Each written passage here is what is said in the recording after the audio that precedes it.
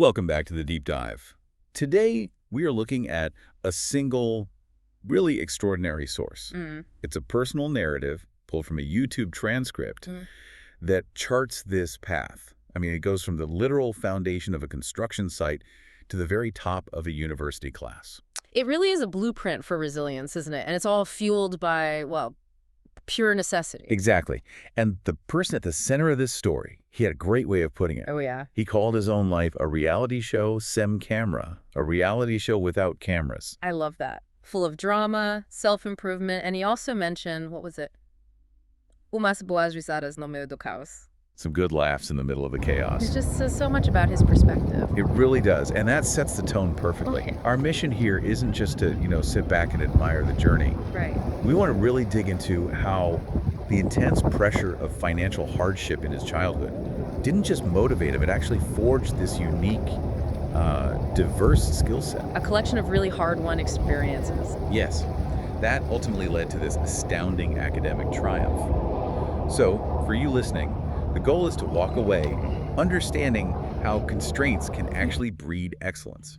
We're basically tracing how the urgency of survival, day-to-day survival, transforms into the kind of discipline you need for intellectual success. And what lessons that holds for anyone, really, who's pursuing an ambitious goal. Definitely. So let's unpack that foundation. The story kicks off with some really extreme financial constraints, which meant he learned two big lessons, fast. The first was that classic truth, dinero non da em árvore. Money doesn't grow on trees. We've all heard that one. But the second truth is where it gets really interesting. It's this sense of urgency, the need to chase opportunities before life sort of grabs you by the collar. And what's so fascinating is just how early his work experience started. I mean, he said his friends were collecting stickers. He was, in his words, colecionava profissões. He was collecting professions. At age 10. At 10 years old, that early start and the variety of it, that's really the key insight here. Totally. And this wasn't, a cute lemonade stand on the corner. Not at all. These were demanding physical jobs. Yeah. They required you to perform, to adapt right away. Think about it. Yeah. Working in construction. Yeah. Literally carrying materials that he admitted were heavier than his own dreams at the time. That's such a powerful image. It wasn't just physical labor. It was like a non-negotiable education in logistics and pure stamina. Right. That kind of experience, it forces a level of problem solving that, honestly, most adults never have to deal with. And the stakes are so high. Yeah. When the consequence of failing is your family not having enough, Yeah. the margin for error just vanishes. It's gone. And the jobs just kept diversifying. He was selling fruits and vegetables at the fair. Which gave us that one really memorable detail. The watermelon. The melancia. Yes, the watermelon. The sudden realization that it weighs so much more than it looks. I love that too, because it's like a perfect little microcosm of his whole education. Yeah, it is. It's practical physics, it's sales, it's endurance, all wrapped up in one extremely heavy fruit. This is knowledge you earn through sweat. And then there's the high-stakes salesmanship. Selling eggs and then popsicles in that punishing 40-degree-Celsius sun. Unbelievable. He had a great line about it. He said, if there were a Brazilian labor law, a CLT for children. His resume would be a book. His resume would be a book. And that foundation of grit and sales and resilience, it was all built from necessity. But the result was this profoundly adaptable person. And this is so critical for you to grasp. The work itself was painful, but the skills that came out of it, adaptability, negotiation, pure grit, they're universally valuable. He was an entrepreneur before he even knew what the word was. So we have the discipline of the body. The question then becomes, how do you shift that discipline from, carrying concrete and watermelons to mastering complex academic material? Well, that takes a pivot point. And it wasn't some self-generated wisdom. It came from his community. Oh. So even though he didn't have these grand long-term perspectives, he had this incredible asset. Gente boa e brava. Good and fierce people. Good and fierce people. I love that phrasing. That phrase alone is a lesson in mentorship, isn't it? They didn't offer sympathy. They gave him a mandate. A kind of tough love. Bronco punch. A scolding with affection. And that mandate was a direct, no-nonsense command. It just cut through all the noise and became the ultimate catalyst. And the quote is just unforgettable. It is. Se morrer Deus vai estudar, menino ninguém vai ter pena de você. Without detours, go study, boy. Nobody will pity you. So blunt.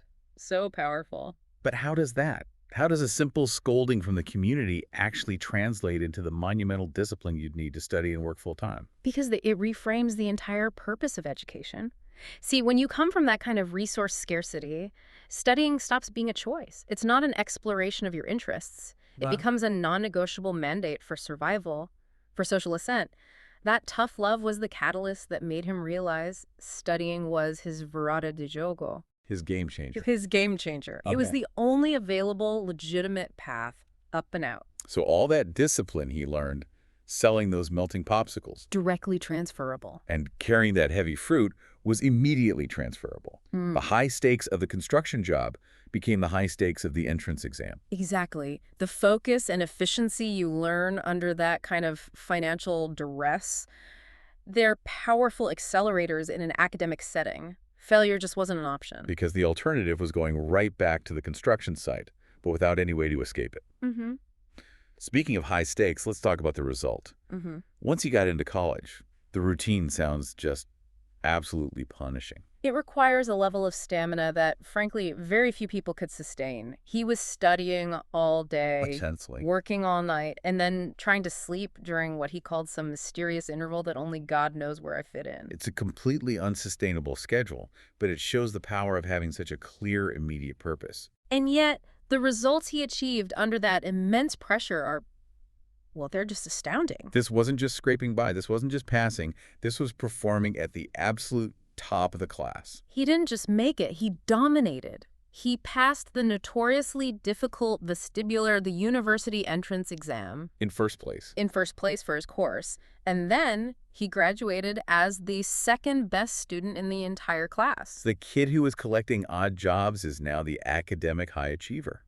It's incredible. It really is. And even after all that, after achieving that incredible success, he never lost his sense of humor. No, I love his rationale for missing the top spot. Right.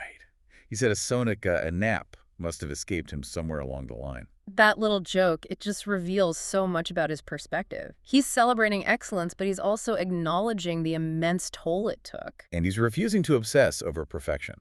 Exactly. And for any learner out there facing a huge project, this just proves that radical discipline, when it's fused with a clear, high-stakes goal, can completely overcome whatever resource deficits you think you have. Your background does not determine your capacity for focus.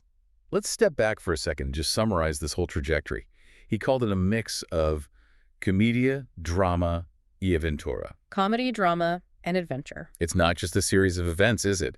It's a whole functioning life philosophy. And if we had to isolate the core philosophy that sustained him through all this, it has to be what he calls esperanza timosa. Stubborn hope. Stubborn hope. And this isn't, passive optimism. It's not just hoping someone will save you. No. It's an active, relentless commitment to the future. It's refusing to let your current difficulty dictate the final outcome. So what does that stubborn hope look like in practice day to day?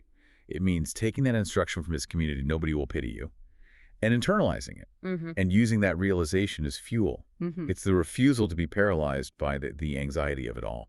And that ties right into the other huge takeaway from his story. Everything he lived through taught him to carry life with leveza. With lightness. With lightness. Even when life itself is incredibly heavy, mesmo cuando ela pesa, it's like the highest form of resilience. That lightness is so key, and it seems like it's achieved through perspective and humor. Absolutely. If you can still laugh at the absurdity of selling popsicles in that heat or the surprising weight of that watermelon, you haven't let the difficulty completely crush your spirit. You're reclaiming some measure of control. And the evolution is so clear. He went from collecting these low-paying professions out of pure necessity to collecting top academic honors through pure focus and discipline. But the engine was always that grit he developed during those early, heavy jobs, framed by that stubborn hope. This whole deep dive is just such a powerful validation of leveraging necessity into ambition. We saw the trajectory, we saw how it was framed by that tough love and powered by that relentless esperanza timosa. And his invitation to the world is so simple and warm. He says, if you want to know me better, just come. I promise that at least good stories will not be lacking. I love that. So we'll leave you, the listener, with a final question to think about. If the acute pressure of survival was the initial engine that drove this massive academic triumph that demanded that stubborn hope, what happens next? Does sustained success rely on maintaining that same feeling of urgency? Or do you have to find a new, equally powerful motivation once that immediate financial weight has been lifted? How do you maintain the drive when the necessity starts to fade? Exactly. Think about that as you confront your own challenges. Absolutely. Thanks for joining us for this deep dive into resilience and, of course, the true weight of a watermelon.